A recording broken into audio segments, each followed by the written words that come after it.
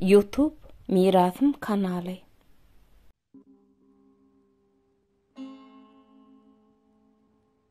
Hadyrguly İşan.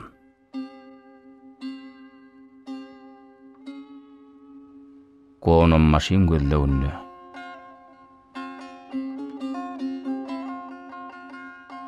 Kadymy bizim öýüniň Garadaş aýag obasynyň edil taýag atym günne gorsunna kulawar gonomçylyk bar. Bu gonomçylygyň gonum maşy Hadyrguly İşanyň neberesinem. İşan mardaky maglumatlarym onçok bilip baramzok. 1947-1997 ýyllar aralygynda bu waň 100 wasalykly ýaşap namazhon, mollu şor adamlar bolan Nurberdi çalaň Han çala. Nur Sehet begenjiň moýluş mollaň Hojamrat guluň Sary garaň bally döwletiň we başga da onlarça takwa adamlaryň beren maglumatlaryna salgylanyly. Iň esasy maglumat çeşmesi Hadyrguly İşanyň öz eline we oň ogullugy kene İşanyň eline okap gören soğudalan adamlardan alındy. Ýa-da olary görüp diňläp gören adamlara salgylanyly. Hadyrguly İşanyň okanlaryň arasynda Kakajan molla welle ogly Günnowdy berdi ogly kene İşanyň okanlardan Oral Muhammed Ommok Hudaý berdi gulum Qurban adamjykdagy bar. Şol okanlardan Murat Goşa ogly şükrallah 80 horak ýaşap aramyza maslahat berip gezip ýör.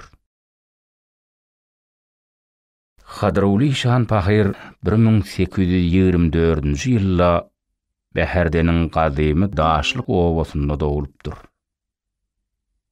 1912-nji ýylyň 8-nji awgustynda ýaldyrak ýyllada dogan güni bolsa bu dünýe bilen hoşlaşypdyr. Bizim öýün obasynda oň öz nesilleri ýaşaýarlar. Beherden ýylynda oňa ýakyn bolup biljeklerden şuun ene güýjüň häzir aman esen ýaşap ýören Nurgelli güýjüň aşyrgelli Nurberdiň adyny aldaýarlar. Ahir Anamrat Mürçeliň Beherden adamlarynyň berýän maglumatlaryna görä Hadyrguly İşanyň kakasynyň lakamy Abyş mollu hakykady anna hal bolupdyr. Abyş mollaň 3 ogly bolupdyr. Hadyrguly, Nunnu, Çapyk atly ogullarynyň 3dem musulmançylykdan sowatly bolupdyr. Abyş mollu öz utamyşy bolan soň Ağa İşan bilen gatnaşykly ekeni. Şo sebäplem Ağa İşanyň maslahaty bilen Abyş mollu özüniň iň uly ogulyny şo wagt musulmançylygyň uly hojagy bolan Hywa Bukhara uradýa.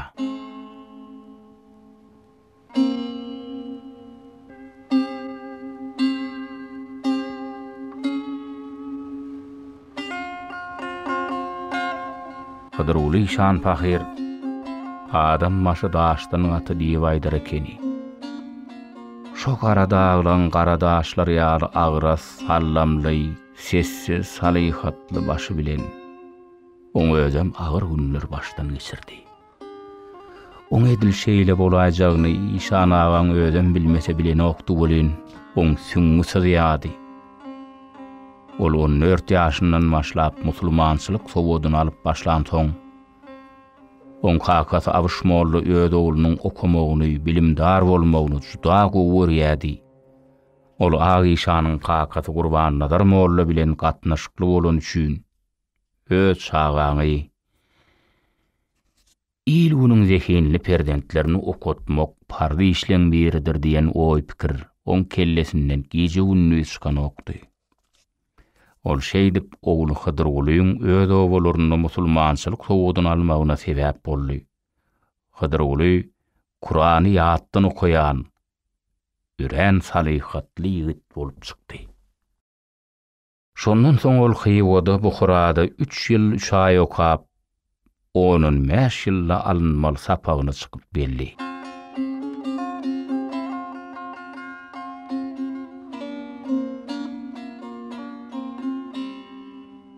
Kemsiz güýz düşüpdi. Gece bilen günnüýüň sagatlaryň wagty uzaklygy deňleşipdi. Buharaň badarlary, şäheriň gugulläp duran köşeleri, her çada aly hewren ýaly tolkunlap ýatan mehnet paýannyk gawunlar, garragyzlar, zamçalar, ullokan suw kädiler düňdörülşer ýatardy. Sary kişmiş midir, nowul nabatmadyr, isläm zadyň bazarda bardy. Şo günlerde medreseň piri okaw oturan taliplaryň arasyna gelip şeýle diýdi. Ýene-de 3 aýdan Hadyroğlu awyş oğluna topuluk pirlik synagy geçjek. Ol taýýarlanyversin. Muhammed peýgamber zamanyndan öňkü soňky Kur'an inmegi 7 gat asman, 7 gat zemin, ilahiýetiň guruwy, peýgamberler, 4 şaryarlar, 12 imamlar, ötüp geçen sahabalar we pirler wagtda sowal bilen ýüz tutulma ahmal. Ýene kimiň islew bolsa aýdyň. Taliplan käbir bir hili nägililikli seredişdiler. Olaň biri, pirim, içimizde 5-10 ýyllap ömrüni hüzürede geçirenlerem bar. Hydyrgula ýaňy bir 3 ýyl boldy diýdi. Pir ýüzüniň uğruna berde haýylyň hasaby ýöredilmeýe. İslam musulmançylygyny ilahiýeti nähil edip alyp çykyşyna, sapak düşerşine seredilýär. Öz göwnüňde laýyk hasap edýänge taýýarlanybermeligi aýtdy.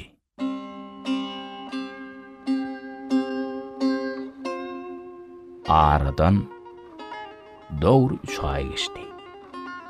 Çarşenbe günüdi. Akşamsy bilen ýawan gar sırap penjereleň aýnasyny örtüp dur diýen ýaly. Ertirden soň gar hasam borowanlap birdem ýawdy. Birdenem gün ışrap göründü. Hydyrly muny ýagşylyga ýordy. Gödýetimde galyň garyň çökmegi, gödýetimi örtmegi, nurlugynyň ýalpylap çykmagy Allahyň gudraty bilen bolýan zat. Alemi yaradan Taňryň ziyapaty. Sadagasy gitdim ýagmyr. Sadagasy gitdim günüň nury diýip pişirdidi. Taliplan biri ondan "Näme diýäň?" diýip soranna, Hydyrly eýem Gurhanyň şemsi gün süresini we Suratul Agla süresiniň 1-nji aýatyny okap bolupdy. Hydyrly okap bolup okan aýatlaryny öz diline daşyndan aýtdy. Nurany günüň asmana göterilip öz godagyň çoğuny äleme ýaýyp kuşlukdan nur paýlayan günüň öňünde baş egip secde edýän ey biri var Allah, päklikde, gahar gadapda, rehimdarlykda, awray mertebede, alymda, yaratmakda, her sypatlarda sizden umydygärdirs. Öz penaňda sakla. Amin. Şu sözler aýdandan soň Hydyrly da ýyzan bolup duran garyň içinden edil medreseň daş bosogosyna durup ýalpyllap duran nurly güne bakyp ony ýüzüne syrly. Soňra pirleň arasyna oturup musulmançylygyň kada kanunyny jary edýän, şol esasda görkezme berýän müfti şeýle diýdi. Allahyň benneleri hem Taňra hem musulman ymmatyna ýakyn taliplar. Şuň çarşenbe günü siziň taýýar bolanlygyňyza pata beriljek. Hudaý çağırynda Gelin orta. Bismillahirrahmanirrahim deyip Hıdırulu orta çıktı. Duruşon orta boylu. Juda salihatly ýigidin keşwi özüni alyp barşy oturanlaryň hemmesiniň ünsün çekdi. Öýle namazyna çenli ondan pirlik nusgasyny, sopuçlugyň ýollaryndan jogap aldylar. Namazdan soň günorta çaýyna haryndan gelip, ýene ýanky togda pirliň göwün hoşunnak sowallardan soradylar. Ýürek bilen okapdym pirim. Şeyh Necmettin Abdullah Muhammed Razi oğlunun yazan kitabıdır. Eýranly jahana meşhur pirleň biridir. Ol Necmettin Kubraň müridi bolan nurwe şägirdidir. Ol Reydiyen ýerde jahana gelipdir. Oňa ýyl arasyna Daya Abu Bekrem diýilip atlanyrlypdyr. Şingizhan Eýrany weýran edenne Kiçaziýagy diýe. Şo ýerde oňa Jelaleddin Rumy gabat gelýär. Necmettin Razi ogly 1256-njy milady ýylyna aradan çykýar. Oň Mir Sadıl Wada kitabyny okumadyk talip ýa-da sopy musulmançylyga kynlyk bilen göz ýetirer. Hıdyrly işana ýene-de bir näçe sowal berdiler. Göwünleri ýeten soň ahyrynda da sowal bermän goýdular. Müftü Gurhan okudy. Hıdyrly awyş molly ogluny kämillik berilýändigini aýan etdi.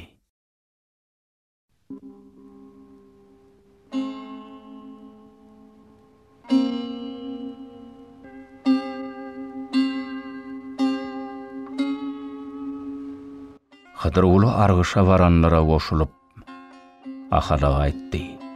Kerwençiler oň beýle sowatly adamdygyndan bihabardylar. Gurhan okap oturan namaz hon adam bolan üçin Hıdyrly işan ağa diýip bilýändiler. Kerwen maşy ýaşul bir gedek oňa çaý içilip oturka şeýle diýdi. Nim yerligiň bäherdenlimi? Hawagam bolup bilsek bäherdenlidir. Töleme. Bäherdeniň şeýhlaryndanmy ýa-da mawtym işanlaryndanmy? Men aslym garamayak ýaşly. Utamuşda bagyşy daşyk, daşykda gara daşayak. Doğru. Bolu bilýär. Yollaşlym size işan ağa diýen soňlar soraýdym. Okak gelýän. Buharadan hywa geldim. Onunum könürgönje düşüp size gabat geldim. Doğru. Ay tuğulum. Atu. Bir gün bilmeýiniň garadaşaýa obasyna ýaşullar maslahat edip bäherdenli ýakyn garyndaşlaryndan Hıdyrly işany özlerini vermeklerini sorapdyrlar. Olar näme maksat bilen işan agany obaňyza alyp gitmekçi diýip soraw beripdirler. Aslymyz garyndaş, bular bir esasat çağılymyz sowatsuz galyp barýar.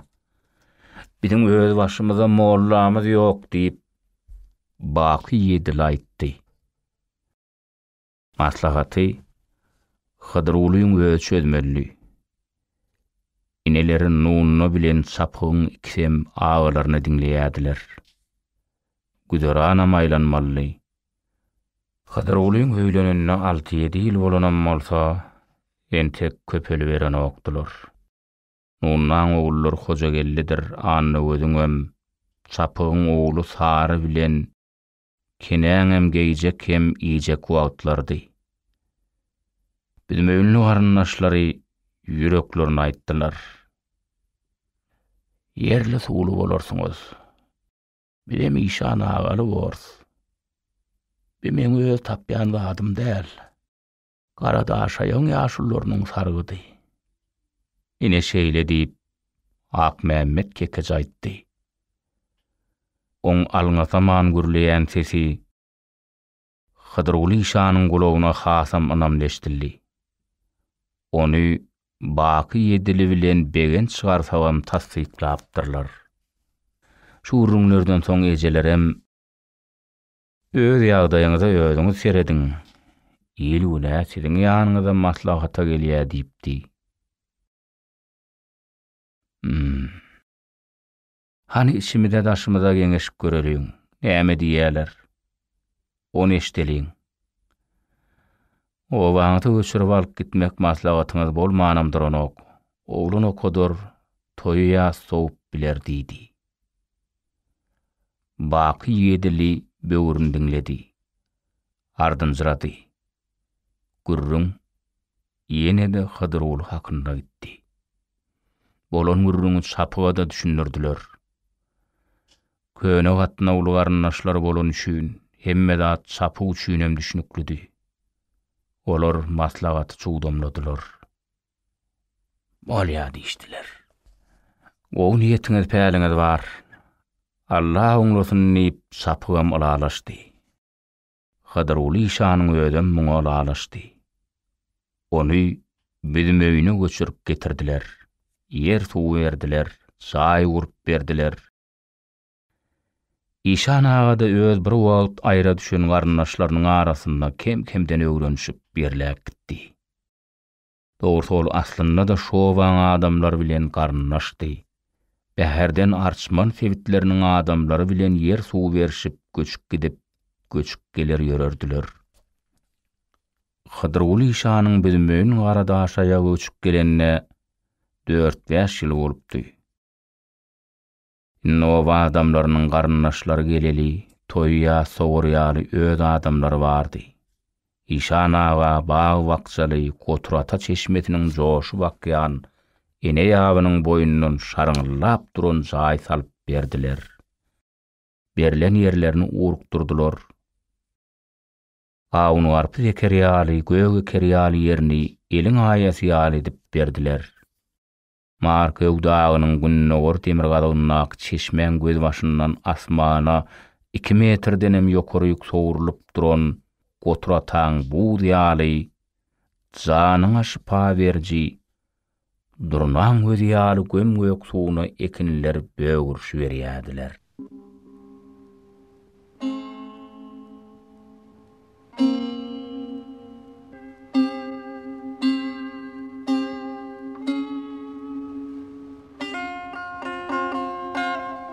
İşan ağa bir hili yarım göwnülük peýda bolupdyr.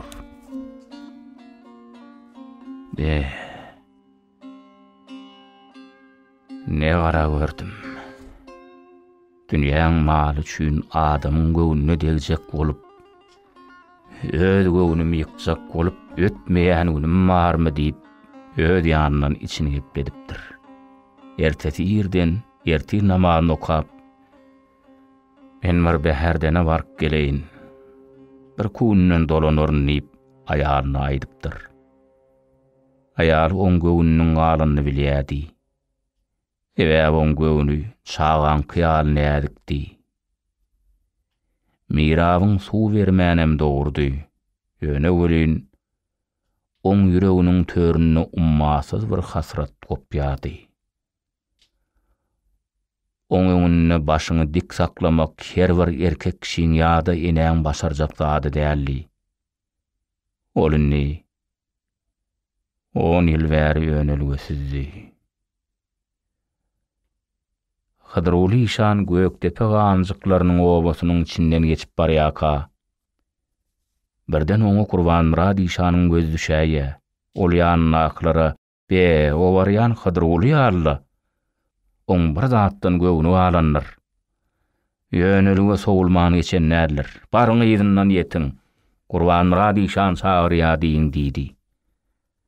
Öz ýanyndan bolsa,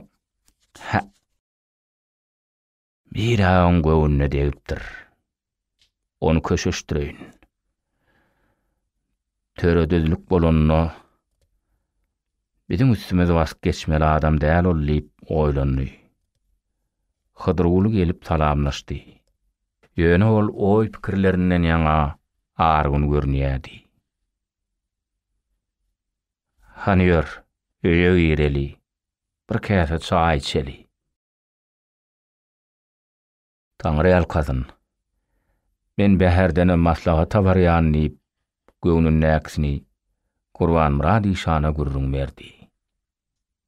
Bahy seneme. Sonam nämetmelligini bilen okmu diýip Gurban Murad işana aýtdy. Hydyrguly oýa batyp duruşyny bilýän. Ýöne Taňryň öňünde beýle ýadyga galmajak bolýan. Onsoňam Allahyň beren gudratyny gören ýerinde harşlap ýörmelligine düşünýän idi. Gurban Murad oň bar wahanasynyň suw dälligini bilýärdi. Sehel zadyň perden dawutyna baryp degip durýanlygyny bilip durdy. Ol sowukkanlyk bilen dillenni. Allahyň beren gudratyny ömrüňde birdir ýarymdyr peýdalansaň bolar. Bilşiň ýaly edäý. Şu maslahatdan soň Hydyrguly işan gönü ýygyna gaýtdy. Hydyrguly işan ertesi öýle namazyny okap boldy. Edil öýleriniň gapdalynaky ene ýapdan böreň-böreň bolup sekundda 3-400 litrlik goturata şagla wakyp ýatyrdy. Ol Bismillahirrahmanirrahim diýip gözlerini südüp iki aýagyny suwa sokup ýabyň gyrasynda jaýlyja ýerde otyrdy. Taşyndan seresseň ol edil erkilenýärli, güýçli akyp ýatan suw bolsa, şondan aşağı kem-kemden azalyp başlady. Aşağıda suw tutup ýören suwçudur mirap suwuň ýykylan ýeri bardyr öýdüp ýaba syryp geldiler. Suwuň ýykylan ýeri ýokdy. Tolkun atyp ýygnanyp duran ýerem ýokdy. Bir görseler işan ağa ene ýabyň kenaryna iki aýagyny suwa sallap otyrdy. Suw edil ýere girýän ýarly. Suwçular algaşyp owaň ýaşullaryny aýtdylar. Ýaşullar işana tewella geldiler. YouTube Mirasym kanaly.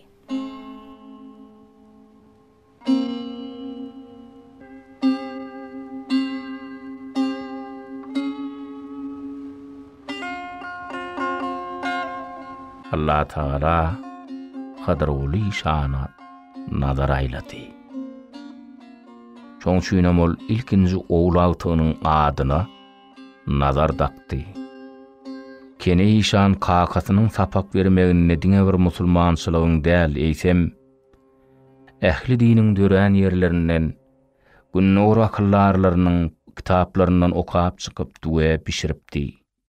Kene işan sakkally sarmykly adamdy. Onu tügeleme çağa basyp gidipdi. Oğlu ýyllary Nazar, Annamrat, Gurban, Recep, Ilyas, Ahmet, Yusuf, Oğul Cemal, Gül Cemal, Eneke we Gödellaga Hydyrguly işanyň nazar düşenini oň göwünü ýaly-ýaly. Ors paçalygy döwründe Hydyrguly işana Orta Aziya musulmançylygyndan adam gelip oğlu Kene işany Daşkentde ýygnaga alyp gitjekdiklerini sorapdyrlar. Hydyrguly işan olinni oda soýkylardan ulolupdyr. Öz çösünni ipdir. Şondan soň Kene işan çendan Daşkentde gidip geler ekeni. Hydyrguly işan 80'den mazal geçenden soň oğlu Kene işan Daşkentde gitjek bolanyny barjak ýerinde Hywa Bukhara muslimlerine duşýanmy diýip sorapdyr. Owa kaka. Olardan okumadyk kitaplanma alyp gelýän. Onu bir zat et. Ine şu men ömür boyu edeni işlemmiň biri. Muňa Kur'an-ı Kerim we Rawnakul Islamyň şerhi diýip at goýdum. Olaň daş basmalary bardyr. Şunu çap etdirjek bol. çıkardyp bolsa talipden üçün gowy boljak. Kene Hişan kakasynyň gol ýazmasyny göçürip Daşkende äkidipdir. 1911-nji ýylyň Tomsunyny Hydruly Hişan näsaglykdan aýňalyp bilmedi. Tomsun ıssasy hem garrylyp Hişan aga agyr düşdi. Ol bir gün nepesiniň gowrazyk wagty oğluny ýaryna çagyryp maslahat berdi. Oğlum, kakaň ýagdaýyna özüň görýär. Indi menden saňa kömek haňsat däldir. Taliplen bizim gün gelligiçe köpelýär. Sen bir giň metçidiň düýbeni tutdy. Allah diýip salyp başla. Bolýa kaka. Saglyk bolsan ha tähetli jogun aşawada gidip kerpiç uýuryk gaýdy bererin. Sen bir aýyň al. O zatlaň bir alazy bolar kaka. Indi oğlum, meňem bärimden aňrym ýakyn. Ben maňa seretmedi. Aýdyşmaýal ediber.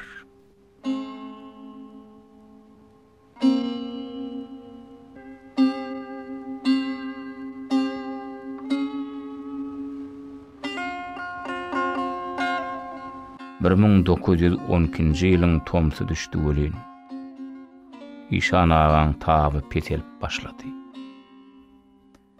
Merkeze garawymyň derwede owasynyň bäri Gumçynyň aglawa adamlary tejen bilen bamyň arasynyň jemaaty beýle üzülmän tapgyr onu soramagy gelýärdiler. Olaň ýaşaýan howlusynyň töweregi baý wagtjalykdy. Hatara erikdiler güllü ýörünji olup pelleň arasy soramaga gelen adamlardan hyň berýärdi. Hydruly Hişanyň diňe ýakyn hossarlar otyrdylar. Hişan agaň aýdýanlaryny şu bolu gul jarçy bilen türkmen jarçy ikisi gerekli minara çykyp jar çekip adamlara ýetirýärdiler. Boyu 2 metre yetip duran daýaw peşeneli adam jarçylara ýüdülenip "Inim, Hişan aga aýda görýün, ol bize gonum maşy bolup bere görsin. Öňem habarladyr ýatladyň" diýdi. Hyň berýän märekede beýinjelik başlandy. "Aha, bu näme diýdiňiz boldy ýaşly? Sabarly boluň ahyry. Ente gol ayetde ahyry. Nim, ondan habarym bar. Öne gonum maşy boljak adamyň şertleri bardyr. Oň özüniň nepesi ýerindeke gonum maşy boljak adamyň öz radyligi alınmaly idi." Türkmen jarçy baky ýediliň aýdanlaryny Hydruly Hişana ýetirdi. Oň hossarlaryndan tesýün çykan okdy. Hişan aga özüne 10 çokly erkedip bilen okdy. Ol gonum maşy diýlenine ýumulgy gözlerini çalaja açdy.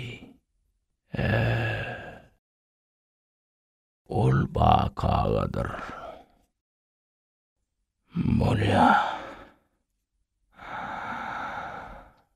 Ýöne ýeke ýatmany kyn görýän idi. Hişan agaň aýdanlaryny gul jarçy märeke ýetirdi. Ýörünjol peliň üstünde aýynjalykly oturan adam ýerinden turdy. "Adamlar,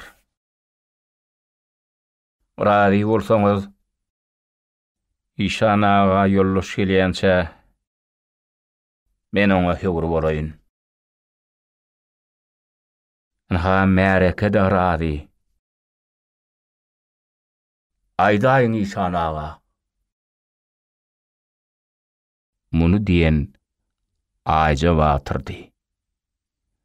Şowunyň ertesi 1912-nji ýylyň 8-nji awgustunda anna akşamlyga batlap Hydyr Uly Işan dünýäden ötdi.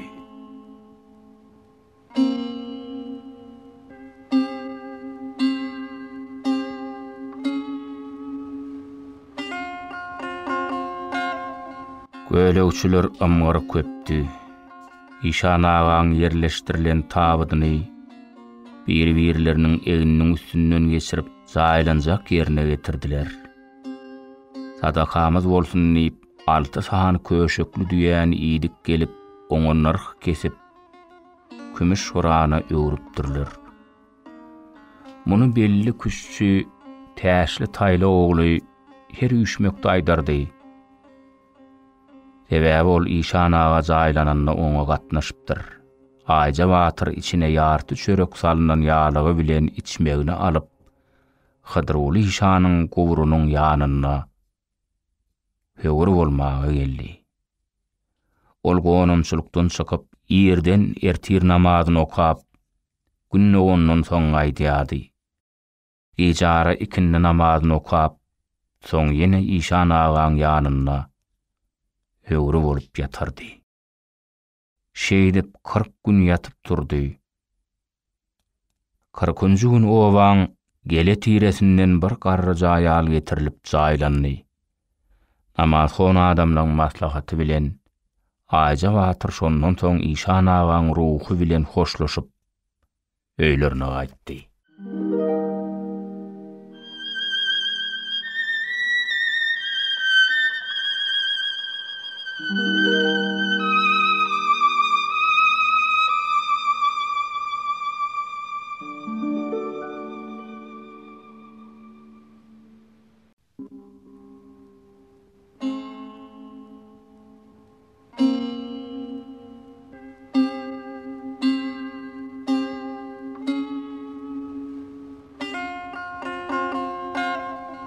Sürgünçilikde Kene Işan 1860-njy ýylda Bäherdeniň Ozolku pasiýolowundaky daşlyk owatyna dünýäge ýenýär. 1943-nji ýylyň başlarynda gyşyň 40 çillesini aradan çykypdyr. Bizim öýünli ýaşy 90-y sermäp ýören sary gara oglunyň nepesi düzi wagtyna aýtmagyna görä şeýle maglumat bar. Stalingrad söwüşi gabawda wagty bide 2 gün diýinç berdiler. Mart aýdy, şonda ýydymdan hat aldym. Dogonyň ataň oglu boldy. Sen gyýdyň boldy. Kene Işan bolsa aradan çykdy. Hydyr Uly Işanyň eden sargytlary Keneň gulagyna iňläp durardy. Kakasy ýok bolan soň Kene Işan oňa boyun alan zatlaryna çynyrgapdy. Bişen kerpiçden sypaý örlen meçit sallyrdy. Oglan okudar ýaly medreset keltdi. Şo döwürde bu jaýlan kerpiçini Aşgabatyň gaýra başyndaky kerpiç zawodundan düýe goşulan araba bilen daşap çykjak bolsaňam näçe gün gerekdi ahry. Arabaçylar Allah ulu arabaçy, Qur'an ulu arabaçy ýaly ýüller adam owalarynyň dini awtkady, ýylyň medeniýeti üçin uly ýylyň onnada Işan agalaň müňlerçe taňry ýalkasyny alypdyrlar. Şo meçitde okuyanlar meçidin ulu gapsynyň ýokorsyna Hicra kamary senesiniň 1332-nji ýyly diýilip ýazylgydy diýýärler. 70 basalykly ýaşan bally döwlet ogly Kene Işan ýoğulunna Orta Aziýa dini kuramasynyň adyndan oňa gaziýetde gynanç çykanlygyny görüň berýär. Sebäbi bu dini kuramada ol agza ekeni. Kene Işanyň Gadaustanyna we Orta Aziýada sarpasy uly ekeni. Gadaustanyň dini amamy we Babahan Ahunlyň ata-babalary, ulemalary bilen gatnaşyp ekeni. Medresede okuyanlar gün gelligiçe köpölüpdir. Töwerekdäki akdaş ayak, çeltek, miriş, adygan dowalaryndan gelip okuyanlar üren köpekeni. 1932-nji ýylda Kene işany Daşkende çağırıpdyrlar. Bu edek onu dini guramalar dälle, döwlet guramalar çağırıpdyr. Ol kakasynyň Qur'an-ı Kerim we Rawnakul Islam Şerk atly kitabynyň gol ýazmasyny berdäki gadymy daş basma çapkanasyna berenligini, özüniň medresede oglan okudýanlygyny boyun alypdyr. 1937-nji ýylyň gyşynyň başynda bolsa, ol obasyna gelenden soň Özbegistana sürgün ediljegini eşdipdir. Garadaşaýa obasy Bilmeýin demir ýol stansiýasy bilen gatyşyp otyrdy. Şo wagtlar oň goňşuragy Çürü Bayram ogly demir ýolçy bolup işlän üçin Kene işan aljyrap oň ýanyna gelipdir. Gel işan ağa diýip onu pejiň maşyna geçiripdir. Oktýabryň aýaklary, noýabryň başlardy. Çürü, dün maňa biliň Sirderýa sürgün edilýänmedi habar berdiler. Şuny uramaly. Dünem habarsız bolamsoň, baý goýunlary öldürdük. Et bar leýs bolup ýatyr. Kakamyň dogany gynnada aňyrky jaýda uklap ýatyr. O pahirem bu habar aýallardan eşdipdir. Gynnadan başga hemmämiz alyp gidýärler. Näçe adam işan ağa? Olaly kiçili 30 adam. Wah, işan ağam. Ediliye köýüň bolaý saňa bardady bolardy. Näme etmeli çüri? Näme etmeligini işan ağa ile senden soraýa. Men saňa näme diýsem käm? Beýle bolsa meňem ýeke özümiň bir ýerde işim ýok çüri. Ony ýança kapydan ýetginje oglan gelip işan ağa goşulaňyz araba ýükleýärler diýdi.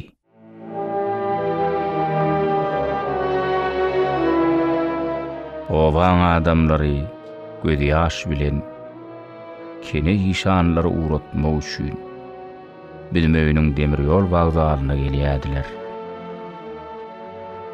Garadaş aýaklylardan, goňşy owalardan gelenler ýer tüýşüni ýarly. Olaň hemmeti Kene işan bilen hoşlaşyp bilmediler. Diňe çağa çuwa mindirlýänni, goşulum ýüklenýänni görüp galdylar. Uratmaga gelýänleň biri, Sirderýa soğukdur, şu içmegi mege işan ağa allyp akırdap duran bagana içmegi Kene işanyň egine atdy. Edil şo wagtam olar alyp gidýän otlyň üstüne hällenmär ot ýaktyrman ýören guramaçy ýolbaşçy işaýdan. İşan ağaňa içmek gerek däl. Oňun nüşejek aladasy ýok, içmek bile gerek diýip oň egininden silkip aldy. Uratmaga gelenler ol adamy tas düýtmän käler, gapdalla sesini çykarman ron, olaň öz ýollaşy bolýan adam gürrüňe goşuldy. İşan ağaňa adyn tutmaň. İçmek oň özüniňki. İçi buğdaýaly gazaly wagonlar bilmeýiniň men diýen öňe düşýän adamlaryndan mas ýüklenip, nire desiň Sirderýa diýip zoguny gup edip zordan uğradı.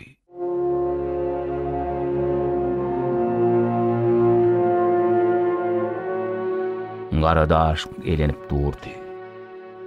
Müňler çöp kura adamlaň aýarlyp tatlaň çağa çuwulan göz ýaşlaryndan ýaňa bilmeýiniň üstüni çaňmasan asfalt perrony besse-bessedi. Mirdenem haplap garly ýaşly gap tupan geldi. Gözüň açar ýarläldi. Gazaly wagonlar harasadyň içinde ýetip gitdi. Bu ul hojolukdan ýeke galan aýarly onlary gynnaň ýeke ödü ahynala çekip gapysy açyk bu ýal jaýda oturdy. Ul ýyl wagdarlan bosyk geldiler. Gannany ilki han geldi serdarlan galasyna arastaja otoga göçürüp alyp gitdiler. Soňuny öz garyndaşy Meret ýegen gelip ýognady. Sürgün edilenleri kaganyna düşürdiler.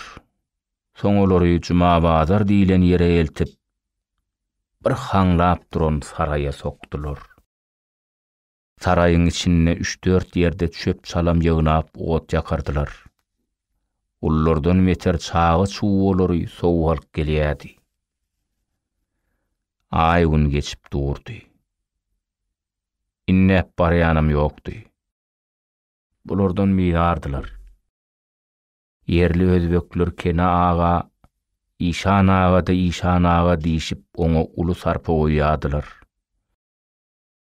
Emma İşan ağa kim zadymy ýok diýip Taňry ýalkazyndan başga söz aýtmazdy. Ýöne olar nämedigini bilýärdiler. Ýöne olarum çekinýärdiler. Birincisi, olar sürgünläk adamlardy. İkinciden, özleriniň bir döwüm çörekler hyllalady. Bular bilen bile varan bizmöýüniň keller tiresinden sürgün edilenler içinde 7-8 sany degenekli, öz uğruna dowumly ýigitler bardy. Olar niredenler bir ýerden bir çörek ýarty çörek getirip urdular. Olar ilki bilen gelişlerine İşan ağaň ýanyna baryp çöreklerinden bererdiler. İçi pedul biri biýagdaý synlap İşan ağaň ýanyna gelipdir. İşan ağa,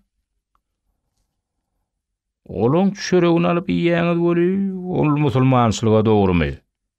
Bu çörekler ogurlyk bolsa näme bilýäňiz diýipdir. İşan ağa, hiç wagt adama gat gaýrym söz aýdan adam däldi. Ol şol sowukkanlylygy bilen jogap berdi. Ula adamlar 40 gün içindi, öler ölmeze sabır kanagatda bolýarlar. Ýöne neresi çağılan günäsine galynmasa ýaxşy. Şu näni, öz üstüňe alaryny sen çağalar aş saklap bolar. Şo wagtam İşan ağa, oğlawtygyň boldy diýip boşladylar. Ol eline çörekden ağzına salaýar ýaly bölejigini dögüp boşlukça berdi. Juma bazarda dowulan üçin bu çağaň adyna Kene İşanyň özi Juma uly dakdy. Bu oglanjyk Gurban İşanyň ogludy. Olar diňe kakalaryny dinlärdiler. Keneň iň uly ogly Nazar İşan gelip, "Kaka, şu çağaň adan adyny dakdyň. Ýöne menem oňa çerket çetiň içinde tüssäň arasynda dowulan üçin adan adyna ýanap çerkez akaýyndy." Kenaga salajaylygy. "Takaý oğlum. Çerkezem gowat. Ne hemmemiz gaşyňaň dawna doňdurman saklaýanam çerkez ahir" diýdi. Täze dünýäniň çağagyň aglaýan sesi. Saraýyň içinde bir usayan şerket çetiň tüssesi bilen uzaklara ýaýlyp gidýärdi.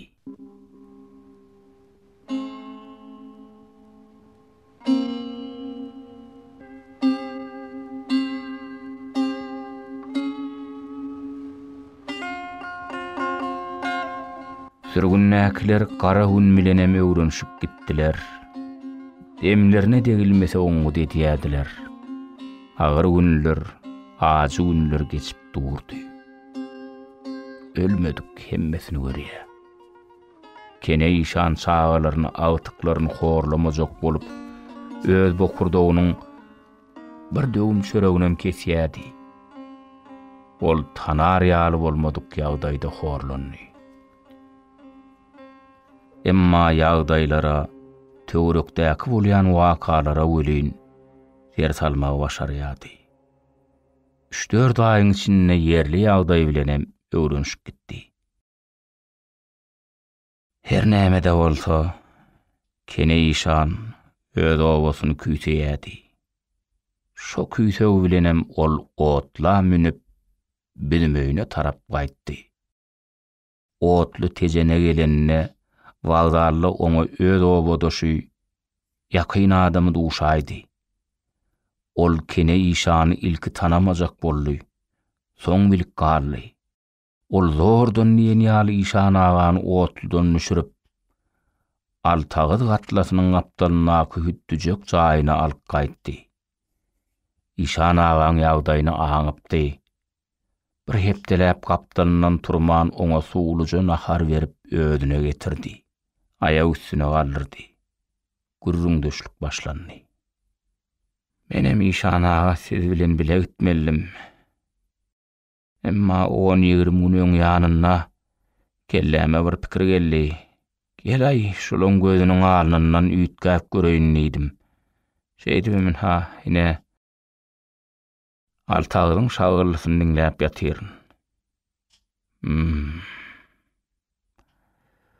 Muny oňardyň.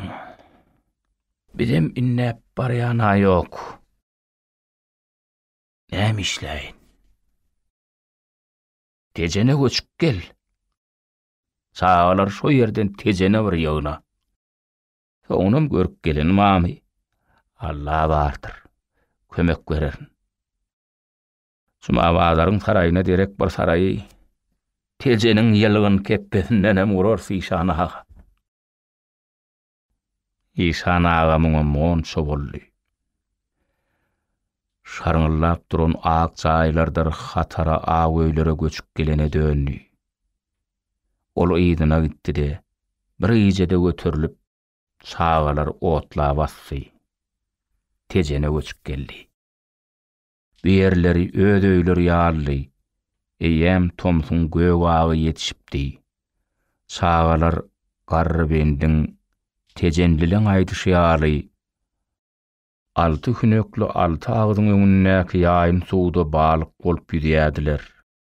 Dursun Jemal eje, Ahmet, Yusufa diýip suwa düşüp biren ownuk çağalaryny suwdan ätiýaz edip çağırýardy. Gelin oglum, maňa aýtman gitmäňe, gelin hany. Çağalar düşmüjedi. Çağalar ýetişýärdi. Şeýdibem kene işan 32 waş bolup Özbegistana sürgünlükden soň tejeniň üstü bilen tügeleme 2 hisse köpelip 1942-nji ýylda ýene öz owalaryna bilmeýin Garadaşga göçüp geldi. Öňkü işikli ýanly jaýlar maliýatagyna öwrilipdir.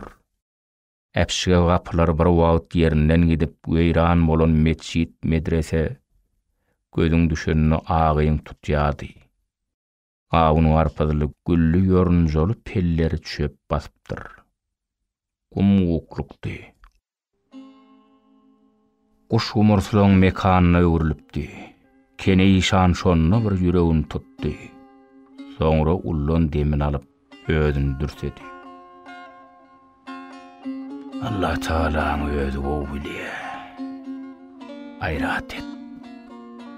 Olar owaň ýaşullar bilen maslahatlaşyp, köne gadym owaň ileri başyndan saklanja jaý tutundylar. Öz owasyna ýygnandylar. Oturataň edil kapylaryndan akyp ýatan bu ýal suwundan içip doýup bilmediler.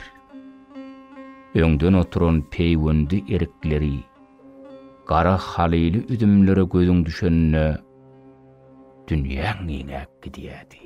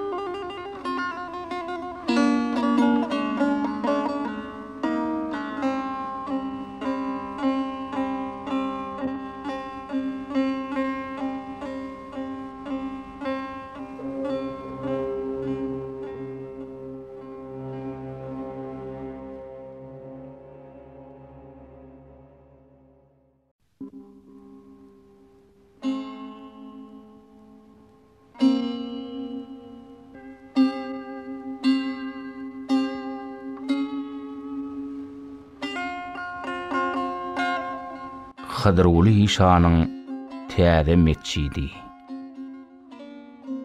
Hadyr Uly İşan ýok bolan soň Kene İşan oň ýygyny tutdy. Orta Aziýaly dinarlar Kene İşana uly hormat goýup oň bilen gatnaşyp başladylar. Emma Kene İşan Sırderýa atlanyrlan sürgünçilige gidenden soň olaň ýaşan jaýlary, gara öýleri, meçit, medreseleri weýran edilipdi.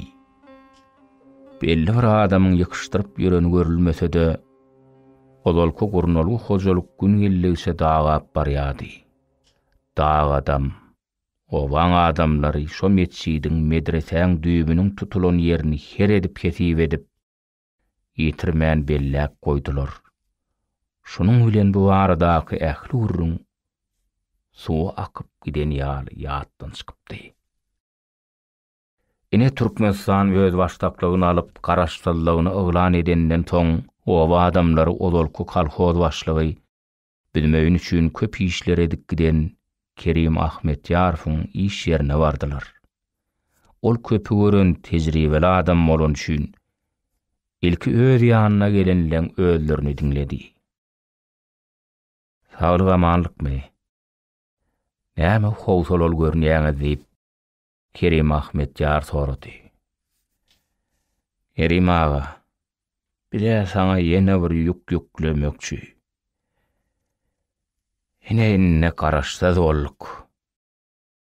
Hani sen bir zada şu adamlara aýdyp ber. Ýok, olan günümez biziň hemmämidi. Hadyr Uly İşan oňumçylygy ýagnar. Maky bilen ýokdugyny hemmämeden bilýäs diýip sözüne dyny berdi. Kerim ağa ýylgyrdy. Dogry aýdýaňyz. Nesip bolsa hemmämiziň barjak germez. Ine musulmanlar ortorak ýarlaryny welin, meňem nesibämde bolsa Hadyr Uly İşana getiriň. Men muny Begimrat çala, oýuna salyprak bir urrunçylykda aýdypdymam. Kerim ağa, entek bir beýtmägür. Men başga urrun üstünden elçek boldum.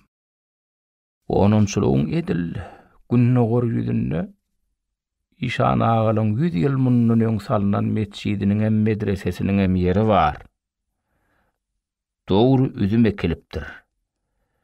Emma adamlar oň 4 çünkün bellek goýupdyrlar. Şo ýeri halka ber. Özüňem dik durup meçit medresämizdi keldip ber. Eýle bolsa baryň meň şofýorum çagyryp beriň.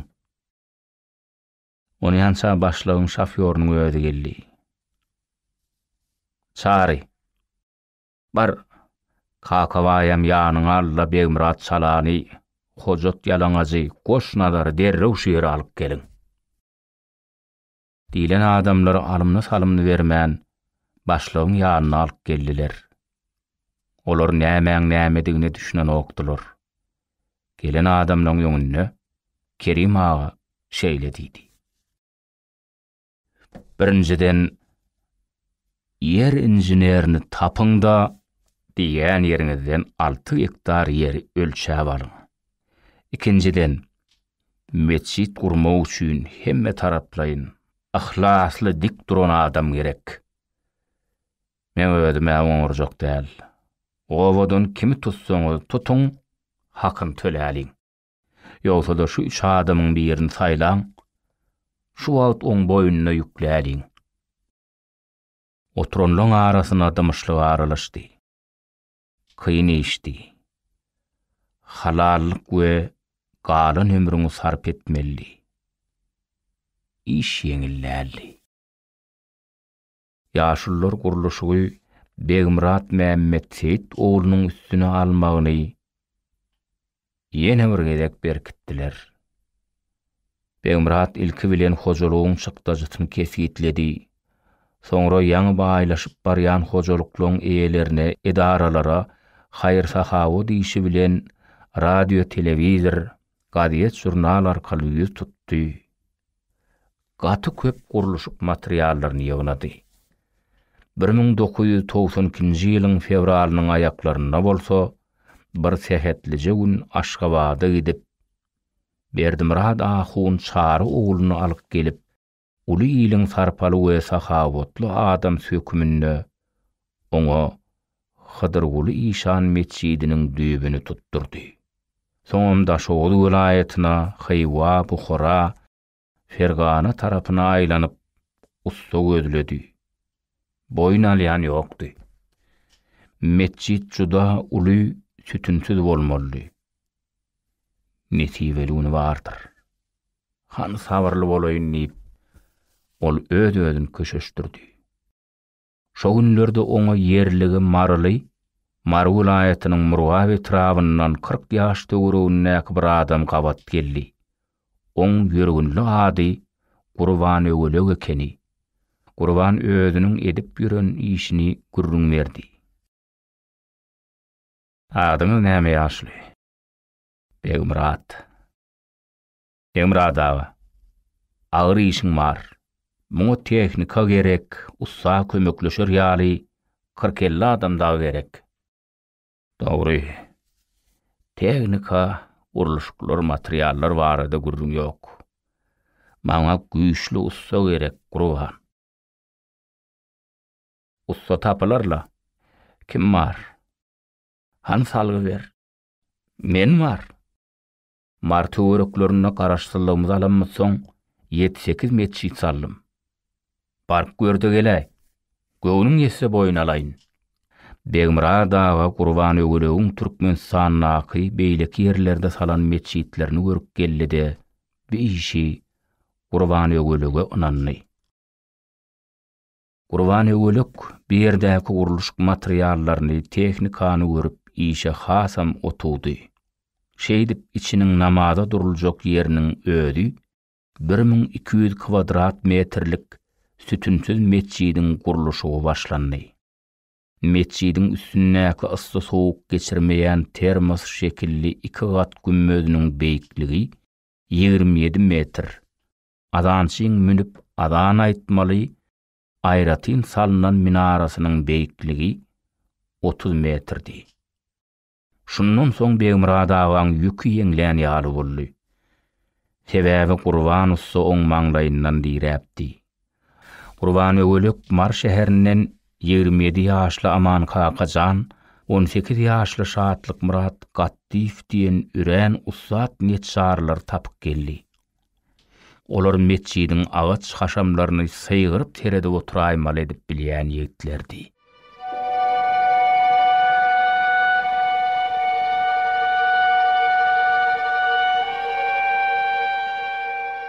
1997-nji ýylyň 23-nji aprelinde Türkmenistan müftüliginiň hatarynda durýan Hydyrguly Işan dini uramasynyň düzgünnamasynın vilayetde ilkinji bolup tasdiklanmagy Begümrat Hazyny hasam begenlerdi.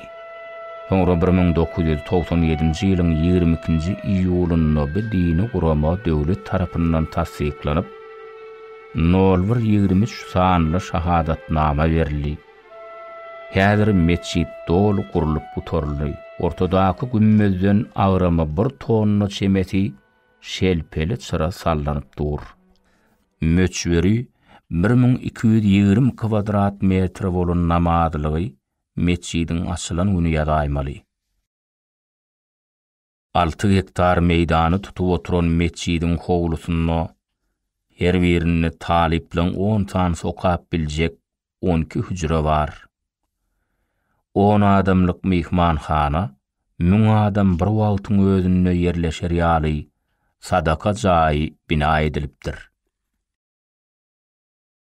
Howluň aýag ucunda sadaka mallarynyň saklanar ýaly jaýlary, sadaka sowma üçin 100 litrlik gadanlaň ojaklaň ille bolaý, gözüň dokunurýan ojor odunlar getirilip goýulypdyr. Kerim ağa pensiýa gidenden soň Begümrat Hazyny öýlerine çagyrypdyr. Begümrat, meçidiň guruluşyny nädiýäň diýip sorapdyr. Kerim ağa tüweleme meçit gülýaly. Gelip görüp gidýänleň göwüni ýetýär. Senem göräýi gidelliýe. Kerim Ahmetyar meçidi görmäge radylaşýar. Owaň namaz hon adamlar bilen täze binaň içine aýlanyp gördüler. Kerim ağa şonno şeýle diýdi. Haja ağa, tügelemi, muňa göz degmesin. Men 30-40 ýyllap başlyk bolup şarňyllap duran ýekeje kulubam salyp bilmedim. Sen muny oňorupsyň. Janyň sag bolsun. Bu hyzmatyň üçin bütün ilat saňa alkyş aýdar. Milady hasabyndan 1997-nji ýylyň 28-nji dekabryna Hicri kamar senesinden 1418-nji ýylyň Meret aýynyň 27-si güni Hydyr Uly Işanyň täze meçidiniň açylşy boldy.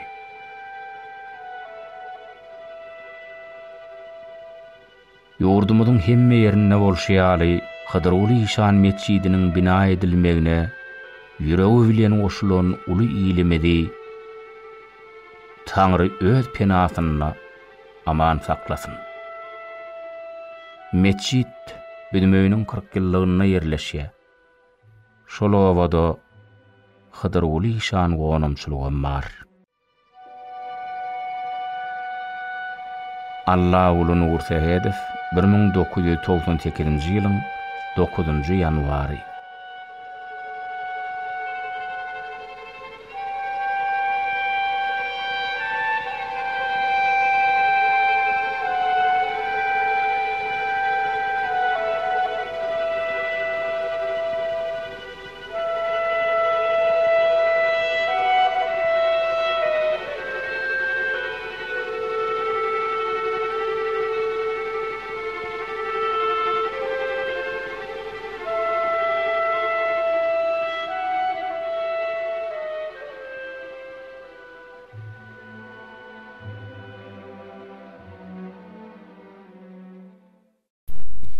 YouTube Mirasym kanaly.